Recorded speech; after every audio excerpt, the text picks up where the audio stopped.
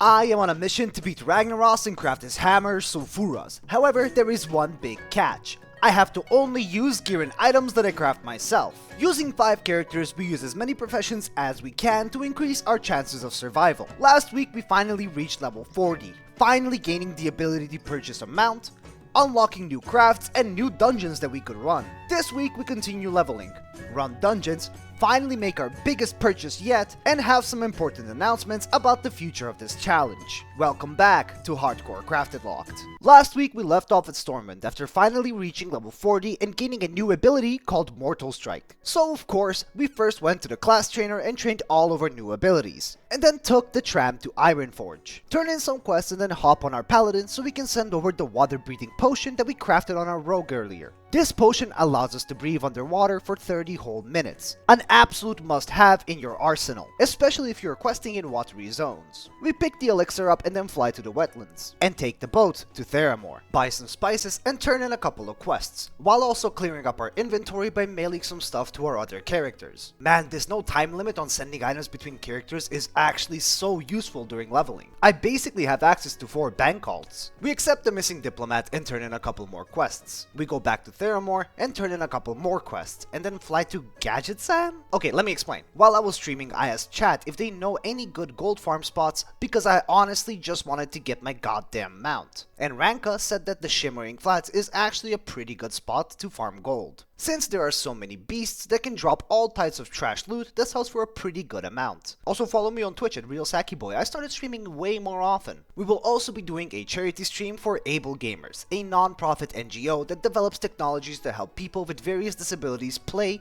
and enjoy video games. You can read all about them in the pinned comment or the link in the description. The stream will be on Wednesday the 17th of December at 2 PM GMT+1 or 8 AM Eastern, and we will be live for 8 hours. All proceeds from that stream will go straight to AbleGamers. There is more information on this in the description as well, and even if you aren't able to donate, simply being there would be you directly contributing to such an amazing cause. I love you all, and I hope to see you then. Now back to the video. We arrive in Gadgetsan, go to the Shimmering Flats, and get to grinding. We give it a good 20 or so minutes and we go from 48 gold and 93 silver to 50 gold and 33 silver. With the auction house not available, this was actually not that bad, but I had a different idea in mind. Instead of trying to grind raw gold, I was going to try and get gold through questing. That way, I would still be progressing the character while getting raw gold from mob kills and vendoring quest items. Also, the Unrelenting Cry of the Dragon Slayer buff was about to run out, so we just slay a couple more basilisks and then it was gone. We are now going to DPS very slowly. And by slow, I mean in slow. We keep grinding just a bit more and eventually fully decide to move to grinding quests instead of mobs. We fly over to Theramore. And first up were the turtles. Yeah, the ones with insane amounts of armor on warrior with a level 32 axe. Oh boy. We keep grinding the turtles and get recognized by a fisherman. Big shout out to Granite Vit. We take a little trip down to the island and start to work on the Murloc heads. And while we were there, we were also able to get the last turtle tongue.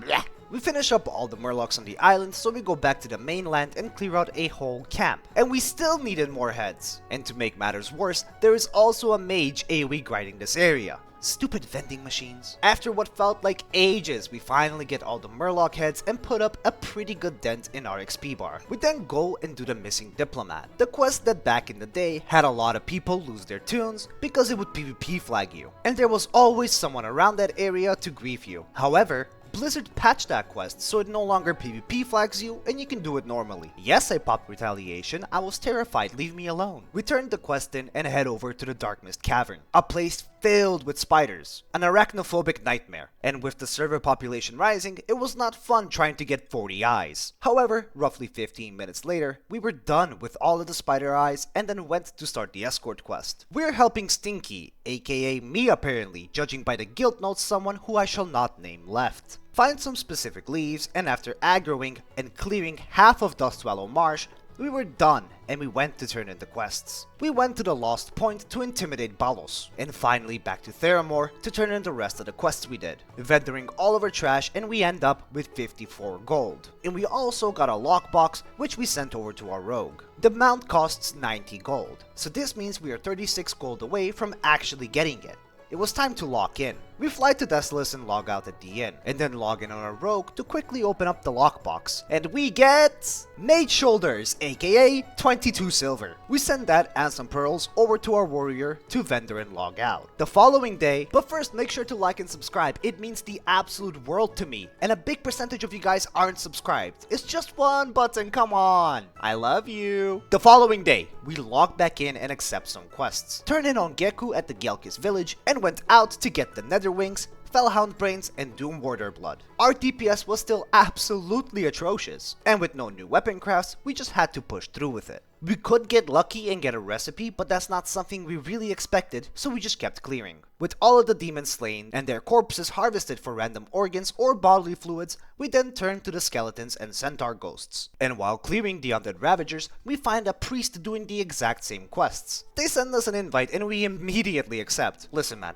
my DPS was poo-poo, and I was not about to fight a priest for tags. So we just grouped up together and got the rest of the ghost plasms and ravagers. We also really quickly grabbed Jen's head together and went off our separate ways. Turning in all of the quests, we are actually really close to level 41, and we now had to go to Feralis. We head over to the Feathermoon stronghold and grab the flight path, and eventually fly to Daenerys. Grab a couple of things from the bank, turn in some quests in the Shimmering Flats, and harf back to Desolus, where we, and you wouldn't believe this, turn in even more quests. We are now less than a bar of XP away from level 41, and we are sitting at 58 gold. We fly to Theramore, and then grab the boat back to the wetlands and fly to the refugee point in Arathi. First up were the kobolds, and a couple of kills in, we ding. We were now at a pretty good level for SM, but we need to grind more quests for more gold.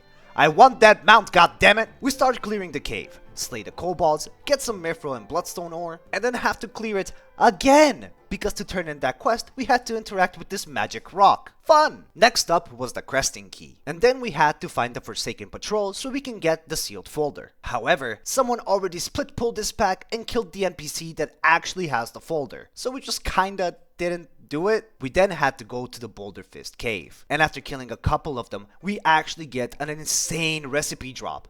The Frost Tiger Blade, a two-handed sword that gives us 1% crit chance and a chance on hit effect to slow the enemies. This was actually an insane find, but to craft it, we need to grind a lot, and with time running out on SM, we had to focus. We group up with a priest, take down Korgish because absolutely waiting on the respawns and get out of there. We turn in the quest at the refugee point and fly to South Shore. Vendoring all of the trash has us at 60 gold. Only 30 gold away from a mount, and now with a brand new recipe. Crafting a couple of bandages, we turn in a couple of quests and clear up our inventory. Now it's time to fly to Duskwood, so we can walk to the Swamp of Sorrows. See, I got it right that time. I saw you guys' comments last time. I got it. Yeah, don't worry. Now, why the hell am I back here? Well, that's because we had to get Winter's Bite, which is an herb that can be used to make the lesser frost oils. We need this potion in order to craft the Frost Tiger Blade, and a way to get the herb to drop is from the Swamp Walkers in Swamp of Sorrows. Sure, I could grind on my Druid, get him to over level 30 and pick the herb myself, but that was theoretically inefficient. And I thought the drop rate for the herb couldn't possibly be that bad. We will touch back on this in a bit, but for now, we went to the Blasted Lands and really quickly grabbed the flight path. Back to the swamp we go. Now, you know how I said the drop rate couldn't possibly be that bad? Well, I absolutely lied really hard as well. See, after a whole hour of grinding mobs there, dodging the orc scouts and pulling my hair at not being able to find any swamp walkers, we ended up with like 7 herbs, and none of them were the herb we needed. Also, just to add to this, we need 2 Winter's Bite. So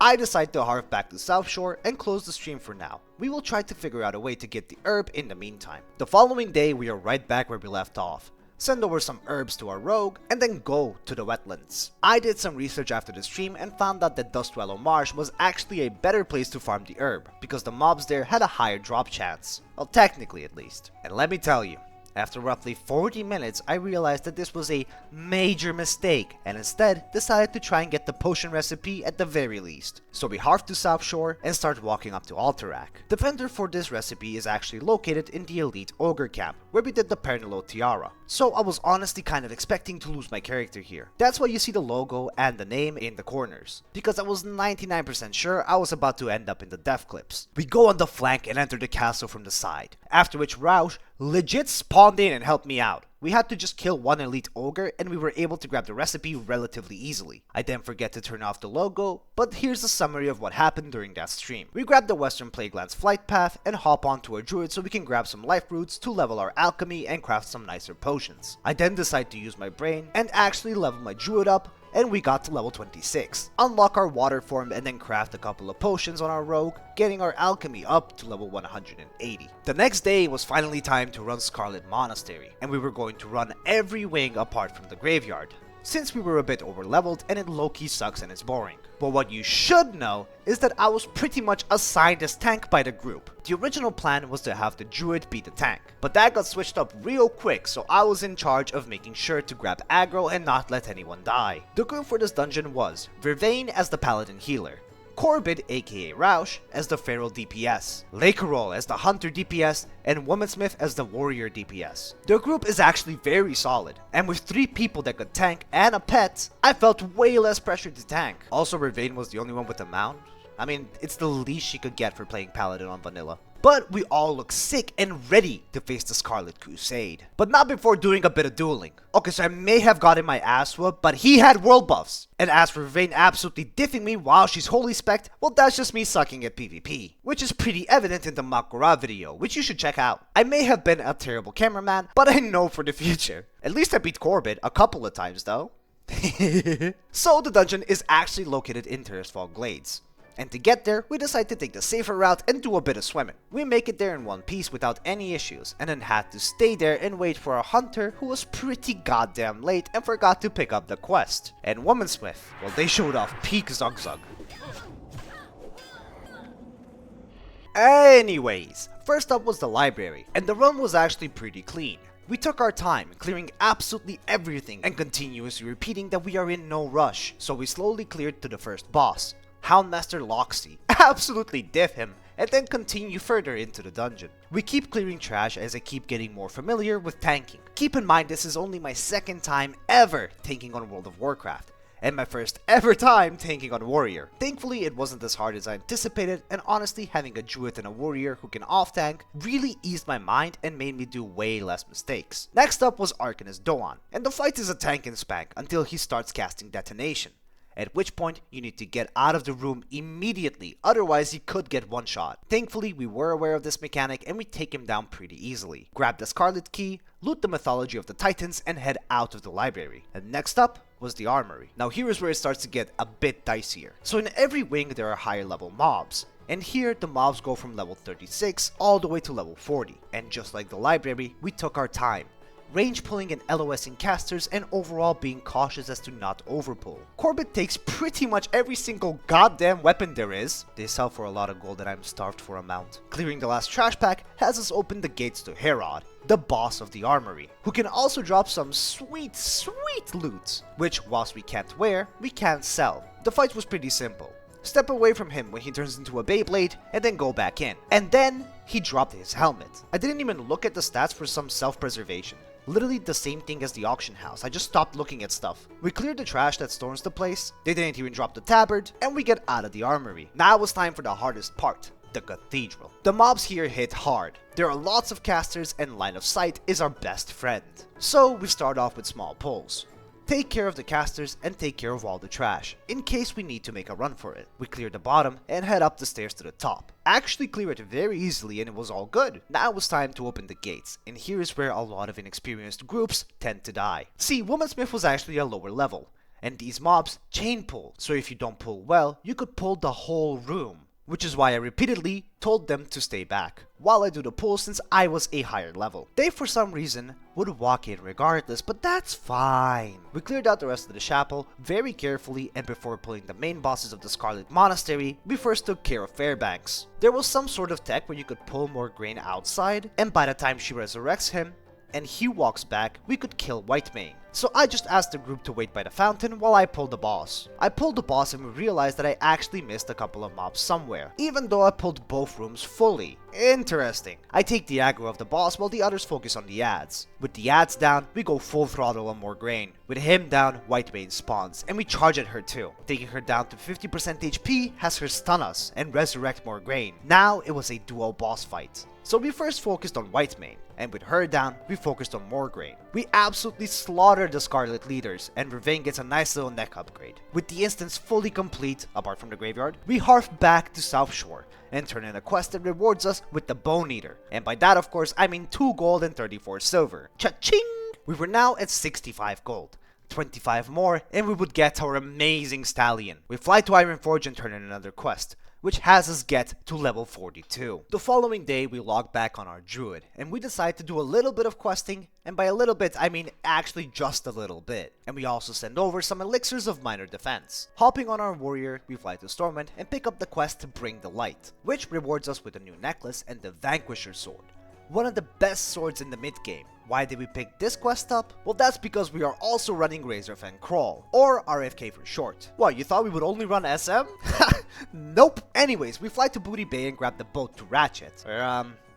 The same hunter from SM decided to be a menace and be over 30 minutes late again to the dungeon. With him finally coming to Ratchet, we make the trek down to RFK. And while we were walking, I just wanted to give you guys an update on the future of CraftedLocked. The mid-level 40s are quite empty content-wise. I mean, sure, there are dungeons here and there, but leveling is slow and it takes me quite a long time to get a single level, let alone any upgrades for weekly uploads. So what will happen? CraftedLocked will continue, but I will be posting it a bit less frequently. And in the meantime, we will be doing a journey over on the anniversary TBC realms. I know a lot of you are here for CraftedLocked, but I would really appreciate it if you guys gave the other videos a chance as well. We also already have a guild on the Spineshredder EU server, so make sure to join our Discord and get in our guild. We will be doing a ton of PvE and PvP content, and it will be my first ever time experiencing TBC as an expansion. Okay, now with that done, let's get back to RFK. The first thing we had to do was clear up the elite mobs outside for a quest. Turning the quest in, we finally head inside the instance. At this point I was actually pretty comfortable with tanking, so trash packs were no longer a threat in my mind. One important thing to note about RFK is that the bugs can actually pull other packs, so our hunter was supposed to be on bug duty. Why am I saying supposed? You will find out soon. First up was ringing the gong. Each time you ring it, a new wave of mobs spawns, until the last ring, when Tutankash spawns. Taking him down was pretty easy, and for the gong we had everyone stay back just in case. Next up was escorting Belnistraz, and he leads us to the big furnace. I don't know what this is called, so just don't judge me. Anyways, as he was doing his magical thing over there, we were fighting off the waves of mobs that spawned. I think Blizzard finally worked out how to do waves, and we're really excited to test it out on this dungeon. After a couple of waves, Plague Mother Rotting spawns with some ads. And it was yet again a piece of cake. Our healer's mana bar barely dipped down below full, so we were absolutely chilling. The following boss was Mordresh, and for this boss we actually had a bit of a strategy. Instead of me tanking all the small mobs and the boss, we had Roush grab the small mobs, and I tanked the boss since they are a lot and could hit like trucks. We put a freeze trap down and take them all down very swiftly. Next up was the boss, and it was actually pretty damn clean. Look at us using all of our toolkits to their full potential to make clearing dungeons easier. It's almost as if we're playing hardcore. Now we entered the area where killing the bugs is extremely important, since they can chain pull more and more packs, and running back is pretty hard with all the slows. So our hunter had to kill him, except he didn't, because he didn't want to waste ammo. And so on top of tanking, I also had to clear the bugs. The boss located here is Glutton, who looks exactly like Stitches, but he isn't Stitches. Trust me, like, don't worry about it. We keep clearing the trash as we slowly climb up this little hill, where the final boss is located. So far, the dungeon has been a breeze, until our hunter shows off why there are preconceived notions about hunters in vanilla World of Warcraft for the personal computer. You can't see it on the screen, but he actually jumped off the ramp, landing at the bottom and pretty much completely out of the fight. So we get the biggest pull of the dungeon and we have to 4-man it. Thankfully, everyone locked in immediately. Roush immediately went into bear form and Womensmith took aggro on a couple of mobs. Whilst it did get extremely close at some points, thanks to everyone's efforts, we make it out alive.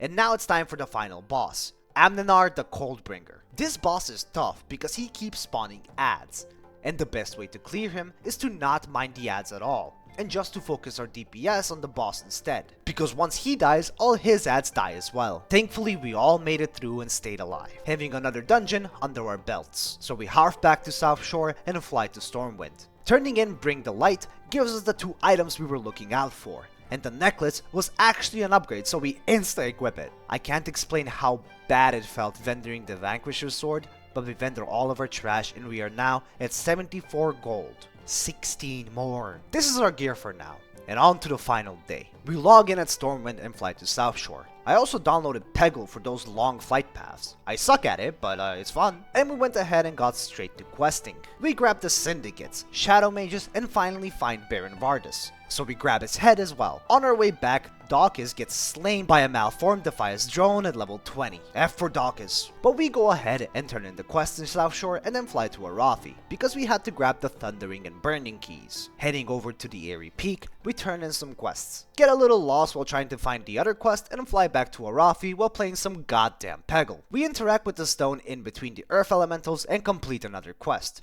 After which, we go to Falder's Cove, an area which I never knew existed. I love finding out things like this, man. I love this game. We defend the Professor, and then meet up with Corbett and Vervain in order to clear the elite quests in Stormguard. I also keep playing Peggle. It's like a side mission now to get a really big high score. We finally meet up and head into the keep. We had to grab the Stormguard badges, grab Maraz's head, and finally enter the main building, so we can clear it out and go to the top floor and slay Otto. He hits very hard, so we had to be really careful. We first focused on the mages. Then I tank Lord Falconcrest and Otto, while mainly focusing DPS on Otto. We take their heads and get the hell out of there. Turning the quests in has us reach level 43. We are almost halfway done with the leveling journey, and we are also at 84 gold total between all of our characters. 6 more! I go back to the downed reef and kill a couple of raiders and sorcerers, while also looting some lost treasures. We turn in all of the quests and harf back to South Shore and fly to Ironforge. We then spend some time flying all around Azeroth to turn in already completed quests we had, so we can get some gold from both the quest rewards and from the items they give. We sell a lot of our personal belongings, and then hop on our other characters and send over all the money we had. And with all of that done, we were now at 90 gold, which means it was finally time. At level 43, we took our last long walk, reminiscing about the past. Our first walk out of the Stormwind gates, when we picked up mining at level 5. Our first few nodes around that area as well, trying our hardest to craft that little copper maze. The Defias we killed for linen cloths. Our first crafts happening in Goldshire, when I found out that I can buy flux from the vendor here instead of having to go to Stormwind. Grinding copper all around this road. Over 400 ores were farmed here just on our warrior. Fighting Princess and her entourage at the farm. Accepting quests from Guard Thomas back when we were just a lowly level 10. And finally, we reached the East Vale logging camp. And at level 43 and with 90 gold in our bags, we first train horse riding. And finally buy the Chestnut Mare Birdle. After over 200 hours of playtime, we were finally able to purchase our first mount. This time we ride back to Stormwind and we get our first compliments. We take the tram to Ironforge and start forging some new gear. Since we had a bunch of mithril, we were able to craft the heavy mithril shoulders and gauntlets. However, we still can't wear plate mail since we don't have it trained. So join us next time as we grind more mithril, craft new gear, and maybe even switch up our talents yet again. I love you all and I'll see you next Saturday.